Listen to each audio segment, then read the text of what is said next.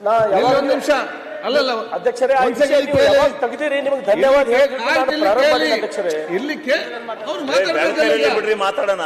ಈಗ 10 ಗಂಟೆ ಆಲ್ ಬಿಡ್ರಿ. ಇದೇ ಶಲಿಂಗ್ ಅವ್ರೆ, ಸನ್ಮಾನ್ಯ ಅಧ್ಯಕ್ಷರೇ, ಒಂದ್ ಸೆಕೆಂಡ್ ಸನ್ಮಾನ್ಯ ಅಧ್ಯಕ್ಷರೇ, ಶಿವಲಿಂಗ ಅವ್ರ ಒಂದು ನಿಮಿಷ ಕೇಳಿ, ಎಲ್ಲರೂ ಕೂಡ ಕೂತ್ಕೊಳ್ಳಿ. ಈಗ ಇನ್ನು 4-5 ಜನ ಮಾತಾಡ್ಲಿಕ್ಕಿದ್ದಾರೆ. ನಂತರ ನಾವು ಕ್ವಶನ್ ಅವರ್ ಮತ್ತು ಕಾಲಿಂಗ್ ಅಟೆಂಡ್ ಮತ್ತು ಚರ್ಚೆಗಳು ಕೂಡ ಇದೆ. ತಾವೆಲ್ಲರೂ ಕೂಡ ಸಹಕರಿಸಬೇಕು. ಆದರೆ ಸಂಕ್ಷಿಪ್ತವಾಗಿ ಮಾತಾಡೋಣ ಹೇಳಿದಿಷ್ಟೇ. ನಾವು ಅನುಭವ ಮಂಟಪದ ಭಾವಚಿತ್ರ ಮತ್ತು ಅವತ್ತಿನ ಬಸವ ಆಯ್ತು, ಬಸವನ ತತ್ವ ಆದರ್ಶಗಳ ಬಗ್ಗೆ ಕೆಲವು ಆಯ್ತು, ಕೆಲವು ಎನಿಸಿಕೆಗಳು ತಾವು ಅನಿಸಿಕೆಗಳ ಬಗ್ಗೆ ಹೇಳಿ. ಮತ್ತೆ ಇನ್ನು ಬಸವಣ್ಣನ ವಿಚಾರ ಇಟ್ಟುಕೊಂಡು ಫೋಟೋ ಇಟ್ಕೊಂಡು ಈಗಿನ ರಾಜ್ಯಕ್ಕೆ ಮಾತಾಡ್ಲಿಕ್ಕೆ ಯಾರು ಕೂಡ ಹೋಗಬೇಡಿ. ಅದಕ್ಕೆ ಅವತ್ತಿನ ಬಗ್ಗೆ ಕೆಲವು ವಚನಗಳಿದ್ರೆ ದಯವಿಟ್ಟು ಹೇಳಿ. ಅದನ್ನು ನಮ್ದು ಶಾಸಕಾಂಗ ಸಭೆ ಇದೆ 6:15ಗೆ.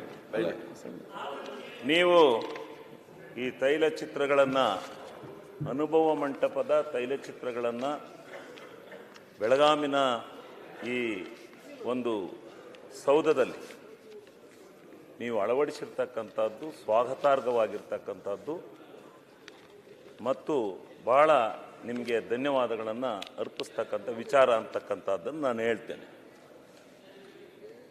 ಯಾಕೆ ಕಾರಣ ಏನು ಅಂದರೆ, ನಮ್ಮ ಇಂದಿನ ಪೀಳಿಗೆಗೆ ಇದು ಮಾದರಿಯಾಗಿ ಉಳಿಬೇಕು. ಇದೇನು ಇಲ್ಲಿ ಬಂದವರೆಲ್ಲ ಮಾತನಾಡ್ತಾರೆ, ಇದೇನಿದು ಚಿತ್ರ ಅಂದಾಗ ಇದು ಅನುಭವ ಮಂಟಪ ಅನ್ನೋದೊಂದು ಇತ್ತು.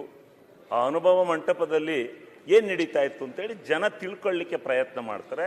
ಅದು ಇಂಥ ಒಂದು ಪ್ರಮುಖವಾದಂಥ ಸ್ಥಳದಲ್ಲಿ ನೀವು ತಂದಿರತಕ್ಕಂಥದ್ದು ಭಾಳ ಸ್ವಾಗತಾರ್ಹವಾದಂಥ ವಿಚಾರ ಅಂತಕ್ಕಂಥ ಮಾತನ್ನು ಈ ಸಂದರ್ಭದಲ್ಲಿ ಹೇಳಿ, ಬಸವಣ್ಣನವರ ಅನುಭವ ಮಂಟಪ ಅದು ಈ ಹಿಂದೆ ಆಗಿರ್ತಕ್ಕಂಥ ಸನ್ನಿವೇಶಕ್ಕಿಂತ ಮುಂದೆ ಈ ದೇಶದಲ್ಲಿ, ಭಾರತ ದೇಶದಲ್ಲಿ, ಅದಕ್ಕಿಂತಲೂ ಹೊರ ದೇಶಗಳಲ್ಲೂ ಕೂಡ ಅನುಕರಣೆ ಮಾಡ್ತಕ್ಕಂಥ ರೀತಿಯಲ್ಲಿ ಅವರು ಅನುಭವ ಮಂಟಪವನ್ನು ರಚನೆ ಮಾಡಿದ್ದಾರೆ. ಅನುಭವ ಮಂಟಪದ ಒಂದು ತಾತ್ಪರ್ಯ, ಒಂದು ಸಿದ್ಧಾಂತ, ಅವರು ತೆಗೆದುಕೊಂಡಂಥ ನಿರ್ಧಾರಗಳು, ಘಟನಾವಳಿಗಳು ಅವೆಲ್ಲವನ್ನ ಸಂಪೂರ್ಣ ಪ್ರಮಾಣದಲ್ಲಿ ನಾವು ವಿಶ್ಲೇಷಣೆ ಮಾಡಿ ಓದಿದಾಗ ಬಹುಶಃ ಇದು ಈ ಮನುಕುಲಕ್ಕೆ ಆದರ್ಶವಾಗಿರ್ತಕ್ಕಂಥ ನಡೆಯನ್ನು, ಸಿದ್ಧಾಂತವನ್ನು ಕಲಿಸಿ ಹೋಗಿದ್ದಾರೆ. ಬಸವಣ್ಣವರು ದಾರಿದೀಪವನ್ನು ತೋರಿಸಿ ಹೋಗಿದ್ದಾರೆ ಅಂತಕ್ಕಂಥ ಭಾವನೆ ಮೂಡುತ್ತೆ, ಎಂಥರಿಗೂ ಮೂಡುತ್ತೆ. ಆ ರೀತಿ ಕೊಟ್ಟಿರ್ತಕ್ಕಂಥ ಬಸವಣ್ಣನವರು ನನ್ನ ಒಂದು ಅನೇಕ ವಿಚಾರಧಾರೆಗಳನ್ನು ತಿಳ್ಕೊಂಡು ಸ್ವಲ್ಪ ಚರ್ಚೆ ಮಾಡಿದಾಗ ಅವ್ರು ಹೇಳ್ತಕ್ಕಂಥದ್ದು, ಹಿಂದೆ ಪರಮಾತ್ಮ ನಾವೆಲ್ಲ ನಂಬಿದ್ದೇವೆ, ಕೈಲಾಸ ಅನ್ನೋದು ಮೇಲಿದೆ, ಇದು ಭೂಲೋಕ, ಪಾತಾಳ ಲೋಕ, ಇವು 3 ಇದಾವೆ ಅಂತ ಹೇಳಿ ನಾವು ನಂಬ್ಕೊಂಡೇ ಇದ್ದೀವಿ. ಯಾರು ಏನೇ ಹೇಳಿ ಈ ಸಿದ್ಧಾಂತನ ನಾವು ಬಿಟ್ಟು ಹೋಗಕ್ಕೆ ಸಾಧ್ಯನೇ ಇಲ್ಲ. ಆ ಕೈಲಾಸದಲ್ಲಿ ಪರಮಾತ್ಮ ಇದ್ದಾನೆ, ಈ ಭೂಲೋಕದಲ್ಲಿ ನಾವು ಮನುಷ್ಯರಿದ್ದೀವಿ. ಈ ಮನುಷ್ಯ ಕುಲದಲ್ಲಿ ಆಗಿಂದಾಗ್ಗೆ ವ್ಯತ್ಯಾಸ ಆದಾಗ, ಸಂಘರ್ಷ ಆದಾಗ, ಅಶಾಂತಿ ಮೂಡಿದಾಗ, ಅರಾಜಕತೆ ಬಂದಾಗ ಆ ಪರಮಾತ್ಮ, ಸಾಕ್ಷಾತ್ ಪರಮಾತ್ಮನೇ ದಶಾವತಾರವನ್ನು ಎತ್ತಿರ್ತಕ್ಕಂಥ ಕಥಾಭಾಗಗಳನ್ನು ನಾವು ನೋಡಿ ಅದನ್ನು ನಮ್ಮ ಇವತ್ತಿನ ಮಾನವ ಜನ್ಮದ ಈ ಮನುಕುಲದ ಜೀವನಕ್ಕೆ ಆಧಾರವಾಗಿಟ್ಟುಕೊಂಡು ನಾವು ಜೀವನ ಮಾಡ್ತಾ ಇದ್ದೀವಿ. ಅದನ್ನೇ ಉದಾಹರಣೆ ಕೊಡ್ತೇವೆ. ಯಾರಾದರೂ ತಪ್ಪು ಮಾಡಿದರೆ ಮಹಾಭಾರತದಲ್ಲಿ ಹೇಳಿದಂಥ ಉದಾಹರಣೆಯನ್ನು ಕೊಡ್ತೇವೆ, ರಾಮಾಯಣದಲ್ಲಿ ಹೇಳಿದಂಥ ಕೆಲವು ಉದಾಹರಣೆಗಳನ್ನು ಕೊಡ್ತೇವೆ. ಆ ಮನುಷ್ಯರಿಗೆ ಸಿದ್ಧಾಂತವನ್ನು ಹೇಳ್ಕೊಡ್ತಕ್ಕಂಥ ಈ ರೀತಿ ನಡೆದಿದೆ ನೋಡು ಹಿಂದೆ ಘಟನೆ. ನೀನು ಯಾಕೆ ತಪ್ಪು ಮಾಡ್ತೀಯ?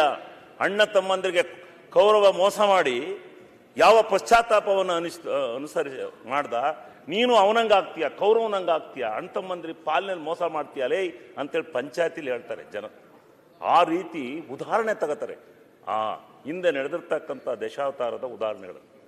ಪರಮಾತ್ಮನೇ ಅವತ್ತಿನ ಕಾಲದಲ್ಲಿ ನಡೆದಂಥ ಒಂದು ವ್ಯಾವಹಾರಿಕವಾದಂಥ ವ್ಯವಸ್ಥೆಯನ್ನು ಸರಿ ಮಾಡೋಕ್ಕಾಗ್ದಲೇ ಸಾಕ್ಷಾತ್ ಪರಮಾತ್ಮನೇ ಇಲ್ಲಿ ಅವತಾರ ಎತ್ತಿ ಆ ಯುಗದಲ್ಲಿ ಈ ಮನುಕುಲವನ್ನ ಸ್ವಲ್ಪ ಮಟ್ಟಿಗೆ ದಾರಿ ತಂದು ಹೋಗಿರ್ತಕ್ಕಂಥ ಇತಿಹಾಸವನ್ನು ನಾವು ನೋಡಿದ್ದೇವೆ. ಅದೇ ರೀತಿ ಕಲಿಯುಗ ಪ್ರಾರಂಭ ಆಯ್ತಲ್ಲ, ಈ ಕಲಿಯುಗದಲ್ಲಿ ಯುಗಾಂತರ ಪ್ರಾರಂಭ ಆದ ಕಲಿಯುಗದಲ್ಲಿ 1ನೇ ಶತಮಾನದಿಂದ 12ನೇ ಶತಮಾನದವರೆಗೆ ನಡೆದಿರ್ತಕ್ಕಂಥ ದೃಷ್ಟಾಂತಗಳನ್ನ, ಈ ಮನುಕುಲದಲ್ಲಿ ನಡೆದಿರ್ತಕ್ಕಂಥ ದೃಷ್ಟಾಂತಗಳ ಸರಮಾಲೆಯನ್ನು ನೋಡಿದಾಗ, ವಿಚಾರಗಳನ್ನು ತೆಗೆದುಕೊಂಡಾಗ ನಿಜವಾಗ್ಲೂ ಎಷ್ಟರ ಮಟ್ಟಿಗೆ ಮನುಷ್ಯರು ತಿಂದಿದ್ದಾರೆ. ನಾನು ಅನುಭವ ಮಂಟಪಕ್ಕೆ ಬರ್ತಾ ಇರೋದು ಬಸವಣ್ಣನ ಯಾರು ಕಳಿಸ್ಯಾರ ಅಂತ ಹೇಳ್ತೀನಿ. ರಾಯರೆಡ್ಡರೇ ಇರ್ರಿ, ನಾನು ಹೇಳ್ತೀನಿ. ಬಸವಣ್ಣನ ಯಾರು ಕಳಿಸ್ತಾ, ದೇವ ಕಳಿಸ್ತಾ ಅಂತ ಹೇಳ್ತೀನಿ. ತಡ್ರಿ ಶಿವಲಿಂಗೌಡ್ರೆ, ತಡ್ರಿ ಒಂದೇ ನಿಮಿಷ ಕೇಳಿ. ಬಸವನ ಬಲ ಮೆಲ್ಲಗೆ ಮಾತಾಡ್ತಿದ್ರು, ಆಗ ಸಮಾಧಾನದಲ್ಲಿ ಮಾತಾಡಿ. ಆಯ್ತು ಮೆಲ್ಲಕ್ಕೆ. ಅದು ಮೈಕ್ ಜಾಸ್ತಿ ಇಟ್ಬಿಟ್ಟಾರ, ಇಲ್ಲಿ ಮೈಕ್ ಜಾಸ್ತಿ ಆಯ್ತು, ಸ್ವಲ್ಪ ಕಡಿಮೆ ಮಾಡಕ್ಕೆ ಹೇಳಿ. ಕರ್ಮ ಸಿದ್ಧಾಂತ ಹೇಳ್ತೀನಿ, ನಾನು ಅಲ್ಲಿಗೆ ಬರ್ತೀನಿ. ಏನಂಗ ನೀವು ರಾಮಾಯಣ ಮಹಾಭಾರತ ನಂಬರ್ ಯುಗಾಂತರಗಳಲ್ಲಿ ನಡೆದಂತ ಘಟನಾವಳಿಗಳನ್ನ ಈಗ ನಾವು ಈ ಕಲಿಯುಗದಲ್ಲಿ ಬಸವಣ್ಣನವರ ಕಾಲ ಬರೋವರೆಗೂ ಆ ಮನುಷ್ಯ ಈ ಮನುಕುಲದಲ್ಲಿದ್ದಂಥ ಅವ್ಯವಸ್ಥೆ, ಅರಾಜಕತೆ, ಭ್ರಷ್ಟತೆ ಅನ್ನೋದೊಂದು ಪದನ ಅಲ್ಲಿ ಎಲ್ಲೂ ಹೇಳಿಲ್ಲ. ಅವತ್ತಿನ ಕಾಲದಲ್ಲಿ ಅದು ಭ್ರಷ್ಟತೆ ಅನ್ನೋದಂಥದ್ದೊಂದು ಕಂಡು ಬಂದಿಲ್ಲ. ಇನ್ನೆಲ್ಲ ಅವ್ಯವಸ್ಥೆ ಇತ್ತು. ಆವಾಗ ಬಸವಣ್ಣನವರನ್ನ ನಾನು ತಿಳ್ಕೊಂಡಿರೋದು, ನನ್ನ ಪರಿಕಲ್ಪನೆ ಇದು, ನಾನು ಯಾರನ್ನ ಮೆಚ್ಚೆ ಕೇಳೋದಿಲ್ಲ. ಬಸವಣ್ಣನವರನ್ನ ಈ ಮನುಕುಲದಲ್ಲಿರ್ತಕ್ಕಂಥ ಅವ್ಯವಸ್ಥೆಯನ್ನು ಸರಿ ಮಾಡೋದಕ್ಕೋಸ್ಕರ ಆ ಪರಮಾತ್ಮನೇ ಸಾಕ್ಷಿಯಾಗಿ ಇಲ್ಲಿಗೆ ಕಳಿಸಿದಾನೆ ಈ ಭೂಲೋಕಕ್ಕೆ. ಈ ಭೂಲೋಕದಲ್ಲಿ ಬಸವಣ್ಣನವರು ಬಂದು ತಮ್ಮ ಸಿದ್ಧಾಂತವನ್ನು ಮಂಡಿಸಿ, ಅವರು ಎಲ್ಲ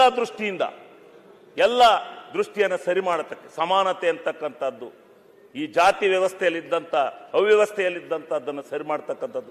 ಬಸವಣ್ಣವ್ರು ಇನ್ನೇನು ಮಾಡೋದ್ರು? ಅದನ್ನೇ ಮಾಡೋದು. ಎಲ್ಲರೂ ಸಮಾನರು ಅಂತಕ್ಕಂಥದ್ದನ್ನು ಹೇಳಿದರು. ಅವತ್ತಿನ ಅವರು ಬಸವಣ್ಣನವರು ಹೇಳೋದಂತ ಅನುಭವ ಮಂಟಪದಲ್ಲಿ ಕೊಟ್ಟೋಗಿರ್ತಕ್ಕಂಥ ಅವರ ತೀರ್ಪುಗಳು, ಅವರ ಮಾಡಿ ಹೋಗಿರ್ತಕ್ಕಂಥ ಕಾರ್ಯ ಸಾಧನೆಗಳನ್ನು ತೆಗೆದು ಸ್ವಲ್ಪ ಓದಿದ್ರೆ ಇವತ್ತೇನು ನಡೀತಾ ಇದೆ ಅದನ್ನು ಅವತ್ತೇ ಎಲ್ಲ ಸಮಾಜದವರು ಸರಿಯಾಗಿ ಹೋಗ್ಬೇಕು, ಎಲ್ಲ ಸಮಾಜಕ್ಕೆ ಸಮಾನತೆಯನ್ನು ಕೊಡಬೇಕು, ಎಲ್ಲ ಸಮಾಜಗಳು ಜಾತೀಯತೆ ಅಂತಕ್ಕಂಥದ್ದು ಬೇಡ, ಜಾತೀಯತೆಯನ್ನು ಹೊರಗಿಟ್ಟು ನಾವೆಲ್ಲ ವ್ಯವಸ್ಥೆಯನ್ನು ಮಾಡಬೇಕು, ಸಮಾಜದಲ್ಲಿ ಪ್ರತಿಯೊಬ್ಬರನ್ನ ಪರಿಗಣಿಸಿ ಮಾಡಬೇಕು ಅಂತಕ್ಕಂಥದ್ದನ್ನ ಅವತ್ತು ಹೇಳಿದರು. ಎಲ್ಲ ಸಮಾಜದವರನ್ನ ತಮ್ಮ ಅನುಭವ ಮಂಟಪಕ್ಕೆ ಸೇರಿಸಿಕೊಂಡ್ರು. ಒಂದೇ ಒಂದು ಏನು ಸಮಾಜದಲ್ಲಿ ಜಾತಿಯ ವ್ಯವಸ್ಥೆ ಇತ್ತು, ಆ ಜಾತಿಯ ವ್ಯವಸ್ಥೆಯ ಪ್ರತಿಯೊಬ್ಬರನ್ನ ತಮ್ಮ ಅನುಭವ ಮಂಟಪಕ್ಕೆ ಸೇರಿಸಿಕೊಂಡು ತಮ್ಮ ಅನುಭವ ಮಂಟಪದಲ್ಲಿ ಕೂತು ಅವತ್ತು ಅನುಭವ ಮಂಟಪದಲ್ಲಿ ಸಂದೇಶವನ್ನು ಕೊಟ್ಟೋಗಿದ್ದಾರೆ. ಆ ಸಂದೇಶದ ಪ್ರಕಾರನೇ ಅಂಬೇಡ್ಕರ್ ಅವರು ಸಂವಿಧಾನವನ್ನು ಬರೆದಿದ್ದಾರೆ. ಅಂಬೇಡ್ಕರ್ ಅವರು ಸಂವಿಧಾನವನ್ನು ಬರೀಬೇಕಾದಂಥ ಸಂದರ್ಭದಲ್ಲಿ ಅನುಭವ ಮಂಟಪದಲ್ಲಿ ನಡೆದಂಥ ಅನೇಕ ಘಟನಾವಳಿಗಳ ಸನ್ನಿವೇಶಗಳನ್ನ ಅವರು ತೆಗೆದುಕೊಂಡು ಆ ಸಮಾನತೆ ಅಂತಕ್ಕಂಥ ಪದವನ್ನ, ಆ ಒಂದು ಪ್ರಜಾಪ್ರಭುತ್ವ, ಆಧುನಿಕ ಪ್ರಜಾಪ್ರಭುತ್ವ ವ್ಯವಸ್ಥೆನಲ್ಲಿ ಈ ಮನುಕುಲ ಹೇಗಿರಬೇಕು, ಯಾವ ರೀತಿ ಈ ದೇಶವನ್ನು ಆಳಬೇಕು ಅಂತಕ್ಕಂಥ ಈ ಸ್ವತಂತ್ರ ಭಾರತದಲ್ಲಿ ವ್ಯವಸ್ಥೆಯನ್ನು ಕಲ್ಪಿಸಿ ಹೋಗಿದ್ದಾರೆ. ಆದ್ರಿಂದ ಬಸವಣ್ಣನವರು ಹೇಳಿ ಹೋಗಿರ್ತಕ್ಕಂಥ ಸಿದ್ಧಾಂತದ ಅಡಿನಲ್ಲಿ ಅವರು ಏನು ಜಾತಿ ವ್ಯವಸ್ಥೆನಲ್ಲಿ ಕೊನೆಗೆ ತಮ್ಮ ಪ್ರಧಾನಮಂತ್ರಿ ಪದವಿಯನ್ನೇ ತ್ಯಾಗ ಮಾಡ್ತಾರೆ. ಅಂತರ್ಜಾತೀಯ ವಿಭಾಗವನ್ನು ಮಾಡಿಸಿ ತಮ್ಮ ಅಂತರ್ಜಾತಿ ವಿಭಾಗದ ಮಧ್ಯದಲ್ಲಿ ಅವರು ತೆಗೆದುಕೊಂಡಂತ ನಿರ್ಧಾರ ತಪ್ಪು ಅಂತಕ್ಕಂಥ ದೃಷ್ಟಿಯಿಂದ ರಾಜರಿಗನಿಸಿ ಅವರು ಪ್ರಧಾನಮಂತ್ರಿಯ ಸ್ಥಾನವನ್ನೇ ತ್ಯಾಗ ಮಾಡಬೇಕಾದಂಥ ಪರಿಸ್ಥಿತಿ ಬಂದಿದೆ. ಇಂಥ ಅನೇಕ ಘಟನಾವಳಿಗಳನ್ನು ನಡೆದಿರ್ತಕ್ಕಂಥದ್ದು. ಕೊನೆಗೆ ಬಸವಣ್ಣವರು ಯಾವ ರೀತಿ ದೈವಾಧೀನರಾದ್ರು ಅಂತಕ್ಕಂಥ ಇತಿಹಾಸ ಇನ್ನೂ ಸಿಕ್ಕಿಲ್ಲ. ಬಸವಣ್ಣವರ ಚರಿತ್ರೆಯಲ್ಲಿ ಏನಾದರೂ ಬಸವಣ್ಣವರು ಯಾವ ರೀತಿ ದೈವಾಧೀನರಾದ್ರು ಅಂತಕ್ಕಂಥ ಇತಿಹಾಸ ಇನ್ನೂ ನಾವು ನೋಡಲಿಕ್ಕೆ ಸಾಧ್ಯ ಆಗ್ತಾ ಇಲ್ಲ. ಹಾಗಾಗದು ಬೇಡ. ಈ ಪ್ರಜಾಪ್ರಭುತ್ವ ವ್ಯವಸ್ಥೆ ಏನು, ಯಾವ ಅಂಬೇಡ್ಕರ್ ಅವರು ಈ ಸಂವಿಧಾನವನ್ನು ಬರೆದು ಆ ಸಂವಿಧಾನದಲ್ಲಿ ಏನು ವ್ಯವಸ್ಥೆಯನ್ನು ಮಾಡಿ ಹೋಗಿದ್ದಾರೆ, ಎಲ್ಲರೂ ಸಮಾನರು ಅಂತಕ್ಕಂಥ ವ್ಯವಸ್ಥೆಯನ್ನು ಮಾಡಿ ಹೋಗಿದ್ದಾರೆ. ಎಲ್ಲರೂ ಒಂದಾಗಿ ಬಾಳ್ಬೇಕು, ನಾವೆಲ್ಲ ಒಂದಾಗಿ ಹೋಗ್ಬೇಕು ಅಂತಕ್ಕಂಥ ಸಿದ್ಧಾಂತವನ್ನೇನು ಕೊಟ್ಟಿದ್ದಾರೆ, ಎಲ್ಲರಿಗೂ ಸಮಾನ ಹಕ್ಕನ್ನು ಕೊಟ್ಟಿದ್ದಾರೆ. ಪ್ರಧಾನಮಂತ್ರಿಯಿಂದ ಹಿಡಿದು ರಾಷ್ಟ್ರಪತಿಯಿಂದ ಹಿಡಿದು ಕೊನೆಯ ಕಡೆಯ ವ್ಯಕ್ತಿಯವರೆಗೆ ಒಂದೇ ಒಂದು ಸಮಾನ ಅಧಿಕಾರವನ್ನು ಹಕ್ಕನ್ನು ಕೊಟ್ಟಿದ್ದಾರೆ. ಆ ಹಕ್ಕಿನ ಅಧಿಕಾರದಲ್ಲಿ ಅದು ನಾವೆಲ್ಲ ಭಾಗಿಗಳಾಗಬೇಕು. ಇದು ಬಸವಣ್ಣನವರ ಸಿದ್ಧಾಂತದಿಂದಲೇ, ಇದರ ಅನುಭವ ಮಂಟಪದಿಂದಲೇ ಮುಂದೆ ಅಂಬೇಡ್ಕರ್ ಅವರು ಈ ಸಂವಿಧಾನವನ್ನು ಬರೆದಿರ್ತಕ್ಕಂಥ ಇತಿಹಾಸ ಅಂತಕ್ಕಂಥದ್ದನ್ನ ನಾನು ನನ್ನ ದೃಷ್ಟಿನಲ್ಲಿ ಓಲೈಕೆ ಮಾಡ್ಕೊಳ್ತಾ ಇದು ಸಮಾನವಾಗಿರಬೇಕು. ಆ ಅಂಬೇಡ್ಕರ್ ಅವರು ಬರೆದಿರ್ತಕ್ಕಂಥ ಸಂವಿಧಾನಕ್ಕೂ ಶಾಂತಿ, ನೆಮ್ಮದಿ ಎಲ್ಲವೂ ಬರಬೇಕು, ಒಂದಾಗಿ ಬಾಳಬೇಕು. ಸರ್ವ ಜನಾಂಗದ ಶಾಂತಿಯ ತೋಟ ಅಂತೇಳಿ ಏನು ಕುವೆಂಪುರವರು ಹೇಳಿದ್ದಾರೆ, ಆ ರೀತಿ ನಾವೆಲ್ಲ ಒಂದಾಗಿ ಬಾಳಬೇಕು ಅಂತಕ್ಕಂಥದ್ದು ನನ್ನ ಆಸೆ ಅಂತಕ್ಕಂಥ ಮಾತನ್ನ ಇದರ ಬಸವಣ್ಣನವರಿಗೆ ನಾವು ನಿಜವಾಗಲೂ ಗೌರವ ಕೊಟ್ಟಂಗಾಗುತ್ತೆ. ನಾವೆಲ್ಲ ರೀತಿಯಲ್ಲಿ ಒಳ್ಳೇದಾಗುತ್ತೆ. ಅದಕ್ಕೆ ನಾವೆಲ್ಲ ಒಂದಾಗಿ ಬಾಳಬೇಕು ಅಂತಕ್ಕಂಥದ್ದನ್ನ ನಾನು ಈ ಸಂದರ್ಭದಲ್ಲಿ ಹೇಳಿ ನಿಮಗೆ ಅವಕಾಶ ಕೊಟ್ಟದಕ್ಕೆ ತಮಗೆ ಧನ್ಯವಾದಗಳು. ಹೆಚ್ಚಿನ ವಿಡಿಯೋಗಳಿಗೆ ಪ್ರತಿಧ್ವನಿ ಯೂಟ್ಯೂಬ್ ಚಾನೆಲ್ ಸಬ್ಸ್ಕ್ರೈಬ್ ಮಾಡಿ, ಬೆಲ್ ಐಕಾನ್ ಕ್ಲಿಕ್ ಮಾಡಿ.